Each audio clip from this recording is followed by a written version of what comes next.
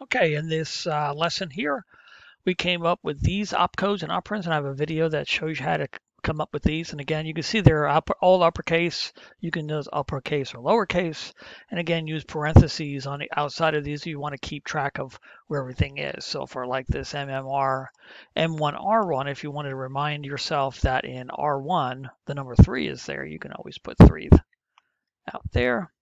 And the same with all these. So putting parentheses on there makes it a little bit easier. I put these little comments here just to help you understand what's going on in each one, but you don't need to put this stuff or even the parentheses if you don't want on there. So let's go ahead and code this.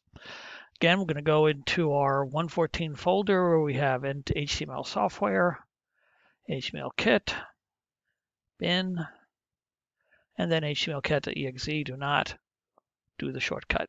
So HTML-kit.exe. When I do that, Windows is going to block this from opening. We'll see.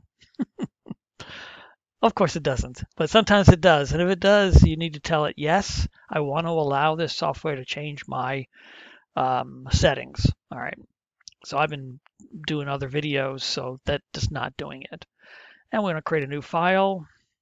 Again, on the right-hand side here, a lot of times you'll see files and you want to click the little black X next to that to get rid of it.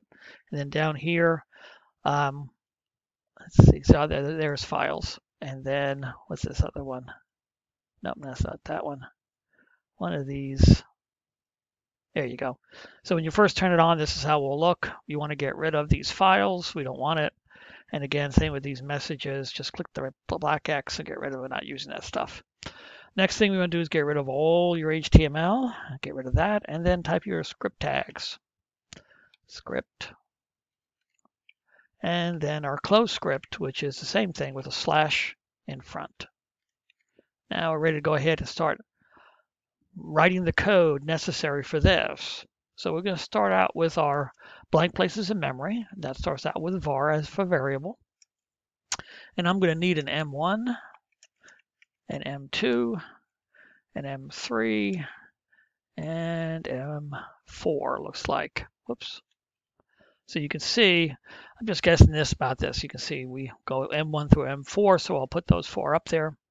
Next thing we want to do is we want to go ahead and put numbers in those blank places in memory. So we're going to do var M1, not var M1, sorry. Then we're going to do, we have a place in memory called M1. I wish to assign to that place in memory the number 3. I'm done. And again, a semicolon tells it it's done. I have a place in memory called M2. I wish to assign to that place in memory the number 5. I'm done. I have a place in memory called M3. Wish to assign to that place in memory the number 2. I'm done. So if you do that chant as you're typing, you'll find you won't mess up and miss things. The next thing we want to do is go ahead and add those 3 numbers together. So I'm going to say that I have a place in memory called M4.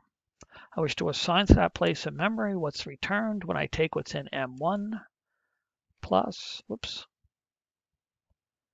come on now, plus M2 plus M3. I'm done. Now notice the spaces in between all that. Those spaces mean nothing to the computer. So if you did this, that's okay. It just makes it harder for the human to be able to see what's going on. That's why I put spaces in. Same with the spaces over here. They're not required by the computer, not required by your instructor. You can see that this is much easier for a person to understand what's going on. All right, and the last thing we want to do is output this. So we're going to say document.write. So a document is a web page that we want to put this information on. The write method, open and close parentheses, semicolon, says whatever's in the parenthesis, that's what I want on the web page. And we want to output the number 4. So we'll do M4. And now we'll just go ahead and preview it. And the number 9. All right, so 5 and 2, wait, 9, that's not right. Ah, I made a typo. So that's a logic error. So that's why we have test data. So I knew that that was not right. So, and you're probably screaming at my video. I changed this to, change this to 3. That's the way it should be. And this should be 2. Very good. All right, so now when I do preview, it says 10. So when the answer doesn't come out correct, first of all, you have to know what the answer is. Then you go, what? What's going on? You have to figure out what went wrong with that. And again, I just made a typo in there. And I don't mind making typos when I'm making videos. I don't go back and redo it just so I'm always perfect on all these. Actually, when something goes wrong, that's a good way for me to teach you how to fix that. And that is to go back and say, okay, well, one of my numbers had to be wrong, or maybe here, maybe here I did the mistake too. Maybe I went ahead and put a typo like that. Okay, when I preview it, no error message comes, but it's the number 11. I'm going, what? Wait, 3, 5, 2, that's 10. So something has to be done down here. You just have to take a look and see where your typographical error is. If I made another one, say I put the number M6 by mistake here, then I preview it, and you can see that that's going to throw me a scripting error. It's going to say, wait a minute, you can't add M6, it's undefined. What does that mean? Well, it says M6 is nowhere anywhere here. So it'll go ahead and create it, but it says, that gotta be an error because you didn't put M6 up here, you didn't put M6 down here. And if I try to add it, it's gonna have a blank place of memory. So watch what you're doing. All right, so M3 and preview, good. And then we'll go ahead and save this. And again, I'm gonna put this into my lesson 1 folder. So again, when I downloaded the zip file, it created for me a CBT 114 folder that had an assignments folder in it. And while I'm waiting to create my assignment 1, I'm going to save all my lessons into here. And here's lesson 1. I think I'm in lesson 2 now. It doesn't make a difference. So and this is going to be add 3. .htm. So if you save all your work, if you type out, which you should be doing, every single one of these lessons, when you have to do the assignment, you're going to rip through it like a hot knife through butter.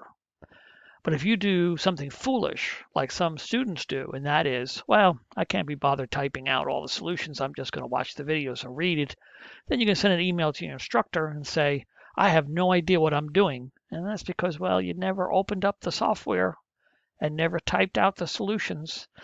And if you do that while you're watching the videos, or you do that while you're reading up here, you're going to have a great understanding of what's going on. You're going to have what I call the aha moment that's going to make everything clear.